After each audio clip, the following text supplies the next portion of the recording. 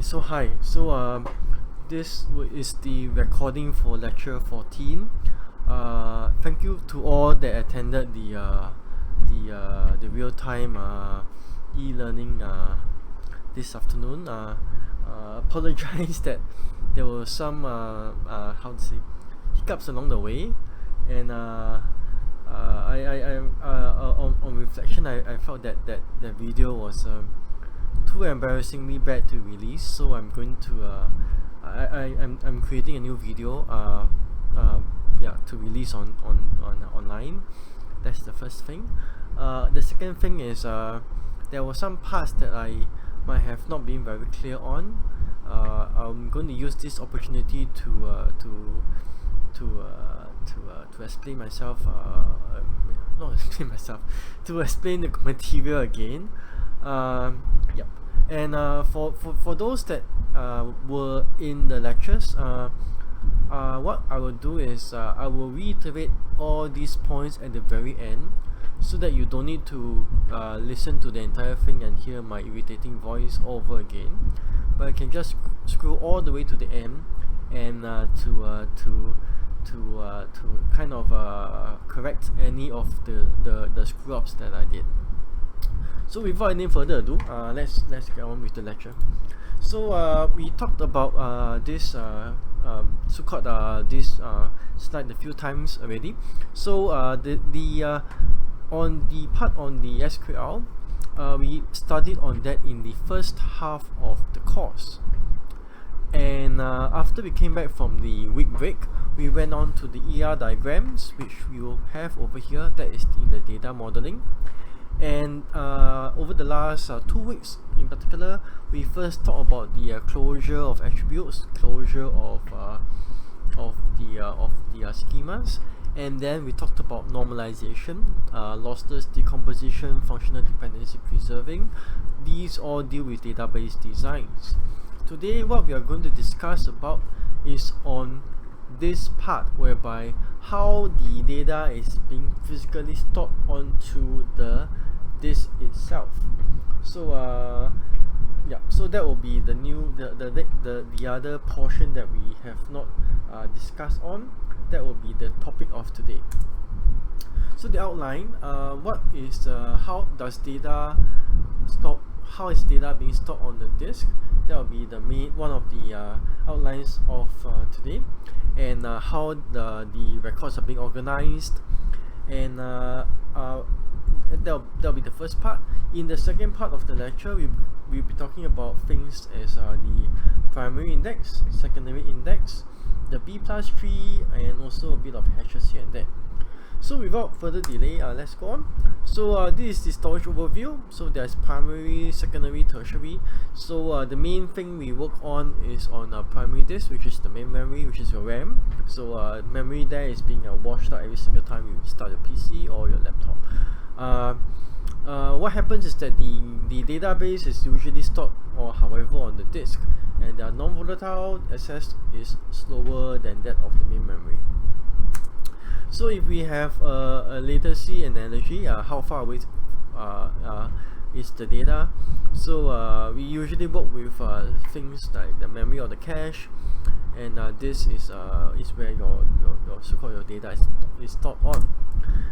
The important thing is on this slide. So on this slide, we have the firstly how data is being stored onto the disk. So this entire thing is known as a cylinder. In every cylinder, you have various platters, and on every platter, you have tracks. So the tracks are the circular things on your disk. Every single track is divided into various sectors, which is what you see over here, and every sector is divided into blocks. So for instance, if a block has 512 bytes, so we will have and we want to access a single byte in the block, we have an offset of how far we should go down the block to. So that is the offset. So if you want to if you want to specify every single any single byte in memory, you first have to specify, for instance, which cylinder it is on, which platter it is on, followed by which track it is on, which sector it is on, which block it is on, and finally the offset from the block. So that is essentially how you specify a byte on the disk. Okay, so we are going to make a few assumptions. So the records or your rows are going to be stored onto the disks, and the assumptions are these two. No record is larger than a block, and each record is entirely contained in a single block. So the reason for saying no record is larger than a block is saying that your records do not cross across. They can be totally stored in a block itself. There are some cases whereby the records cannot be stored in the block, which is, for example, if you are storing for example, image data or video data. So nowadays it is now possible to store these in SQL databases. So if you are storing these records will be larger than that in the block. It can be done. So that for the purpose of this course, this is however the assumption that no record is going to be larger than a block. The second assumption we're going to make is that each record is entirely contained in a single block. So meaning that there will be times whereby, for example, you may have a single block, and you have multiple records being stored in it, and there may be empty space that is remaining. So we are not going to use the empty space to store a new record. We are going to leave it as empty space. So we will not have a record that is split across two blocks. Okay? So these are the two assumptions that we have. We'll talk a little bit more on this a little bit later. So for instance, how is data being stored in the disk? So the example that we gave is the following. Imagine that there is this table over here, and there are the 6 columns. This table here gives us the size of each column.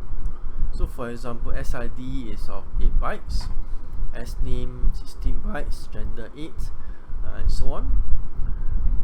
Everything in total is 64 bytes. So what this means is that every single record is 64 bytes. So let's assume if a block is 512 bytes, it will then mean that we are able to store 8 records in a block. So 8 multiplied by 64 is equals to 512.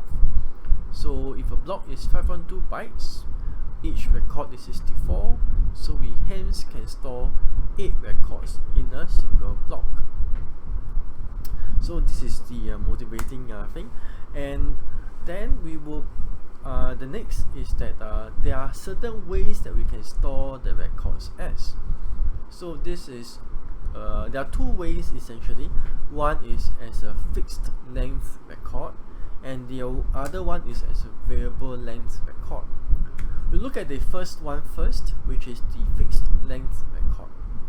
So as what the name implies, the name of the size of each record is fixed. So for instance, in this example, the size of the record is fixed to be every time 64 bytes.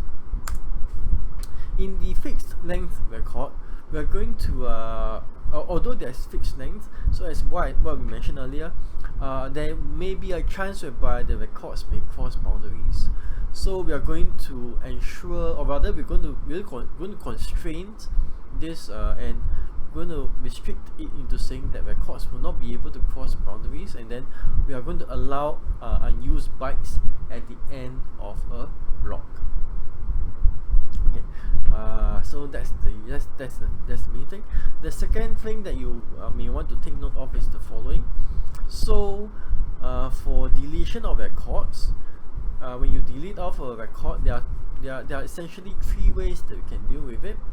The first way is that we will, assuming if we delete off record number 5, one way will be we will shift all the records up and replace record number 5 with all the records. So it means a shifting of all the records up one level. That's the first way. The second way is this. The second way is we are going to take the last record and insert it into the record that we just deleted off. That's the second way. The third way is we are going to leave the record empty, and then we're going to have a pointer that points from the header to all my empty records. So that will be the third way of dealing with deletions. Okay, we'll discuss this slightly later in one of the discussion questions, but I want you all to just keep it at the back of your mind that there are these three. In the meantime, you can think about which one is better, which one is not so good, and which one would you kind of recommend. So this is the understanding for fixed length record. So the second type we'll be looking at will be variable length record. And for variable length record, there are three instances where this occurs. The first instance is when you store multiple record types in a file. You'll see how when this happens. The second instance is when the record types allow variable lengths for one or more fields. And the third will be when record types allow repeating fields like arrays. So recall in the lectures there was a question that was being asked before. Why do we have sometimes character that is fixed length, and why sometimes it is variable length? So hopefully this part will help to sort of clarify why. So if you have fixed length, the storage of it will always be fixed. So you are able to control, and hopefully when you are doing seeking, or when you are finding out your so-called your tuples in your databases, from this it will be easier to find. Variable length, you will have to sort of account for the variability in the length, and that will be something that we will look at a bit later on. Not later on, I mean directly in the next slide.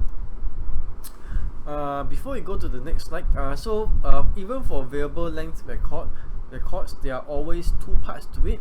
The first part to it is the part whereby it is fixed length attribute, and the second part to it is when there are variable length attributes. So there are always these two parts to the variable length record. We are now going to break this down a little bit. So for the variable length record, we're going to assume this record on top, which is Mr. Srinivasan. So we're going to assume that the first three columns are variable length, and the last one is fixed length.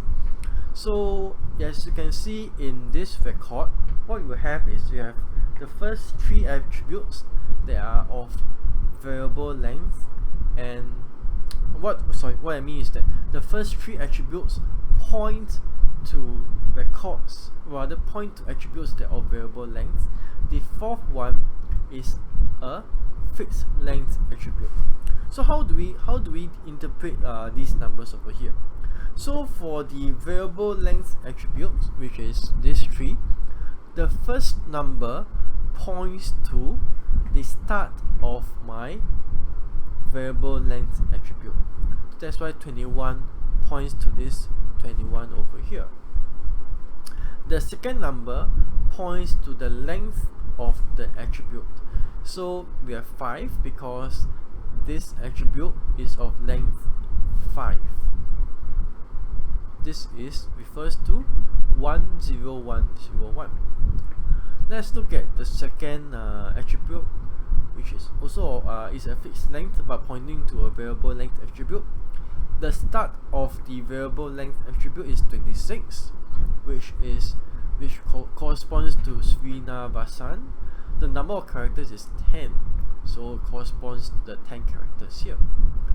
The third attribute starts from 36, comp size, which has been allocated with 10 bytes.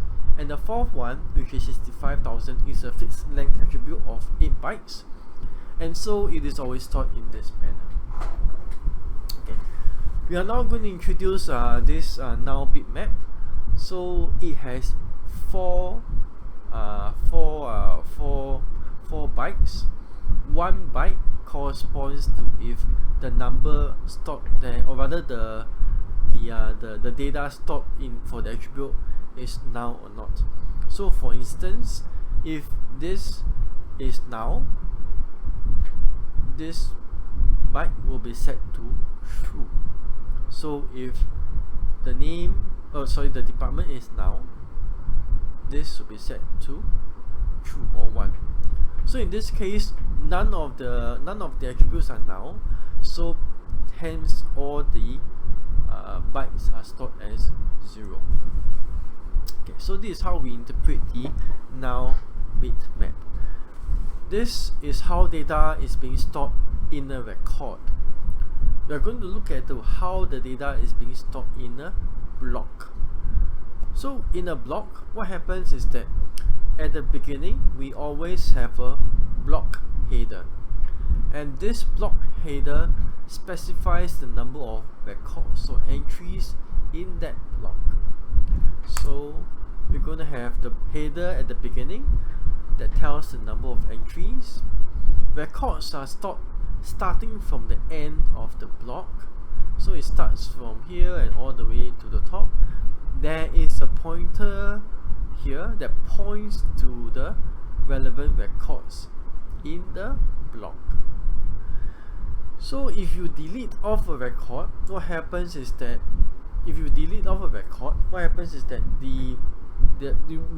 will not keep the blank space here, but we will start to shift all the records that are in the block back towards the right side, so that our free space will be continuous.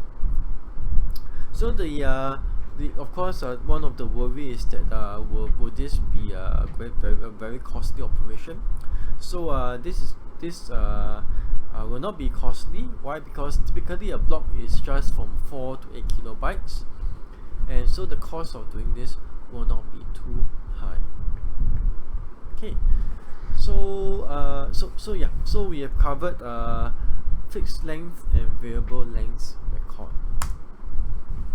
The next is how records are being organized in a file.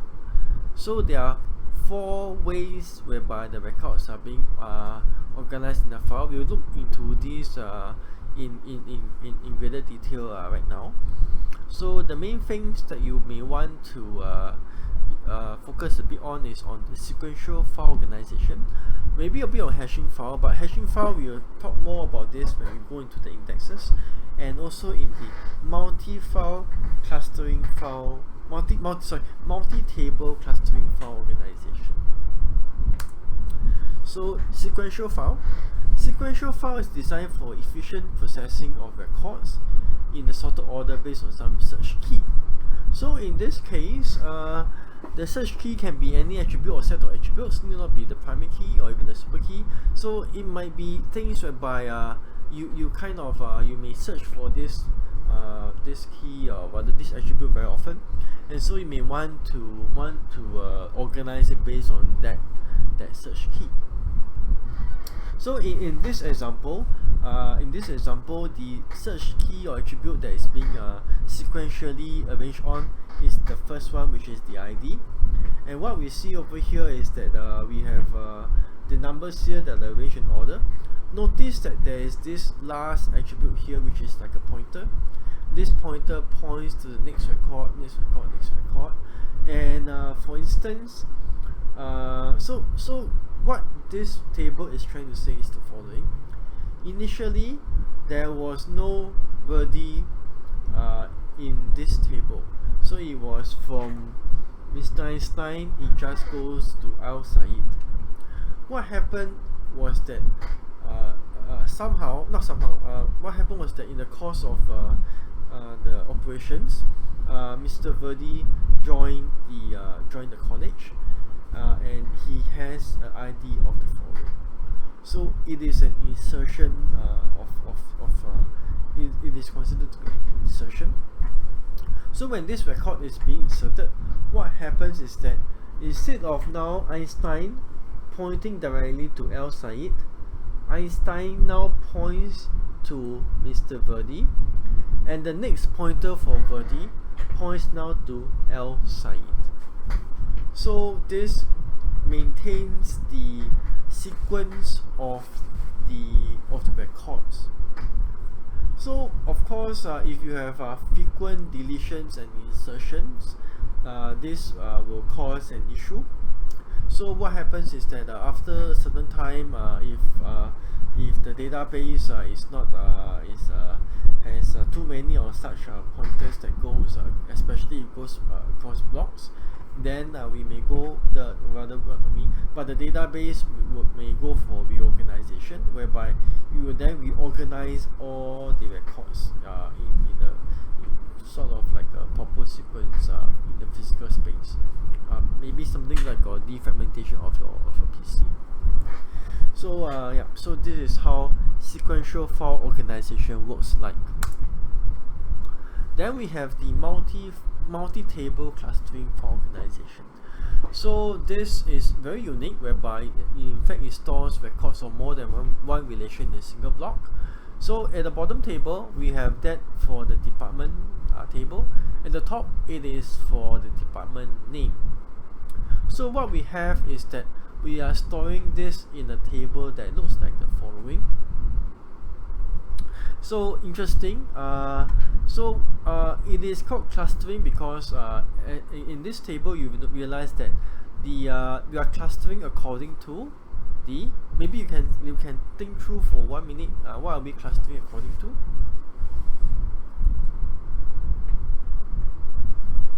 So yes, we are clustering according to the department.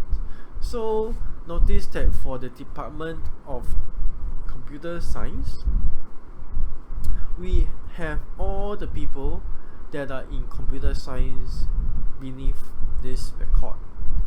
Then the next record is that of physics, and we have all the people that is below belonging to the department of physics below him as well. So this is how the data is being arranged in. So notice that for CATS, Srinivasan and Brents, we don't include the department name for these people because it is implicit.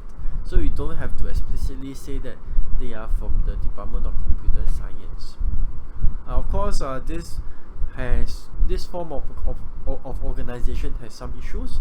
So one of the issues is that if you have a query like select star from department, it's actually very hard to extract the data of this query from this table that looks like this. So what can be done is you have pointers at the end that points to all the different department names. So for example, a pointer from here can point to this and can point to now, and this would imply that if I want to select stuff from department, I can come to this record. This record will point me to my next department and the next department and the next department, and this will help to make this query a lot easier and faster to run. Okay. So the next part is hashing file organization. In hashing file organization, what we do is every record that comes in, it gets hashes to a. So for hashing we call it a bucket.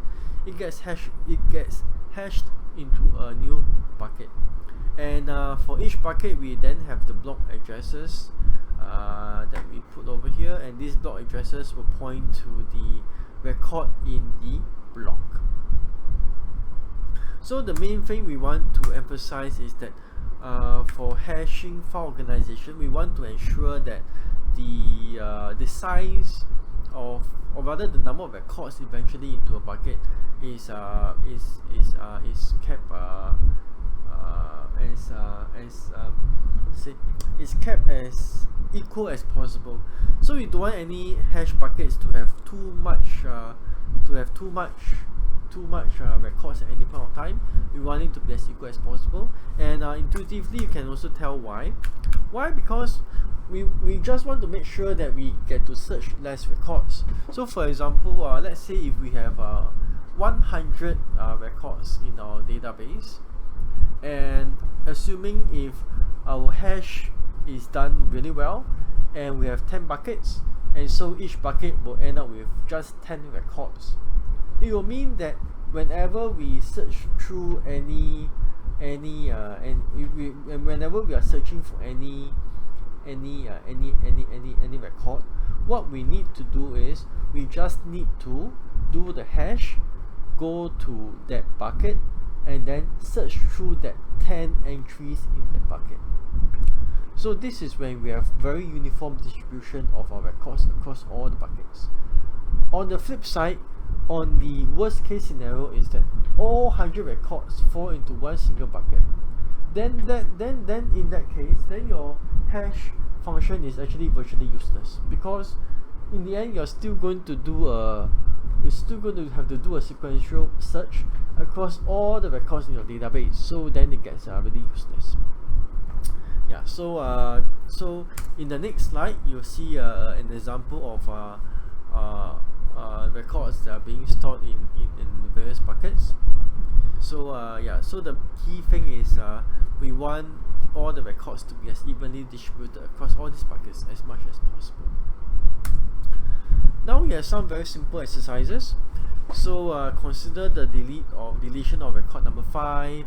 Compare the merits and demerits of the following. So this was what we asked a little bit earlier.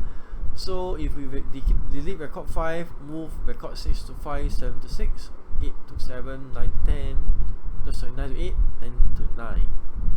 That's the first way. Second way is move record number 10 to occupy this. The third way is to leave 5 as deleted and move nothing at all. So of course A is not good, so it means that every single time you do a deletion, it's going to be an extremely expensive operation. So naturally this will not be a good thing to do. Let's look at number B. So when we delete record number 10, you move we delete record number 5, you move record number 10 to record number 5. That is still it's not the best, definitely. You may want to do it. I mean, it's not wrong, it's not bad. Definitely not good. Why? Because it will mean that every single time you delete a record, you're actually doing two things, or rather three things. You're actually doing one deletion of record number 5, one deletion of record number 10, and one insertion of record number 10 at record number 5. So this makes your deletion a relatively expensive operation. So definitely not something that you probably will recommend. It's not very bad, but it's definitely not very good. And the last case is when you mark record 5 as deleted and move no records. Usually this is what we would of course recommend, and in fact in normal DBMSs we also realize that insertions are quite common. So we usually have these empty records that are being filled up relatively easier. So that will be so C will be probably the better option for this. Okay, so now we go on to this exercise, and I just realized that the records are ordered by the first column. So what we do here is the following. When we insert 24556, what's going to happen is that it's going to come to this header, search for this, and finds that, oh, this number is still not larger, it's larger than this value. It's going to come to this record and realize that this is between, and it's going to get inserted into this space. Once it gets inserted as record number 4, the pointer here is going to point all the way to record 6. This is the first thing. Second thing is the following. The next thing is it's going to delete off record 2. So record 2 gets deleted. Once record 2 gets deleted, the header will point to record 1, record 2, and then to record 6. And after that, what's going to happen is I'm going to insert 3, 4, 5, 5, 6. When I insert 3, 4, 5, 5, 6, it's going to go to header, record 1, record 2, and it will be inserted in 3, 4, 5, 5, 6. And record 2 right now will point to now. So I think this will be the good way to, the better way to represent this. If I were to insert 99999, what will happen is it's going to go to header, it's going to come record 1, record 2, and then it's going to go to insert 1 all the way at the end. Okay.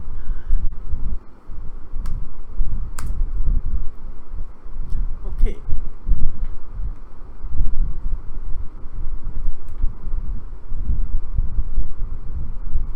So this is now the end of the first part of the lecture, and if we go according to what happened this afternoon, this is the part where I had a 10 minutes break for everybody.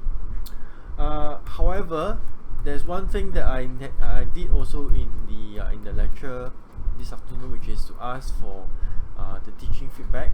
So apparently this is something that that they insisted that we do. Hopefully you can help us to do it. It will let me know how I can improve, and also yeah, he actually basically just tell me how I can improve. So yeah, so yeah, appreciate if you can provide. I mean, I know, yeah. So yeah, appreciate if you can help me to fill this up. Thank you so much.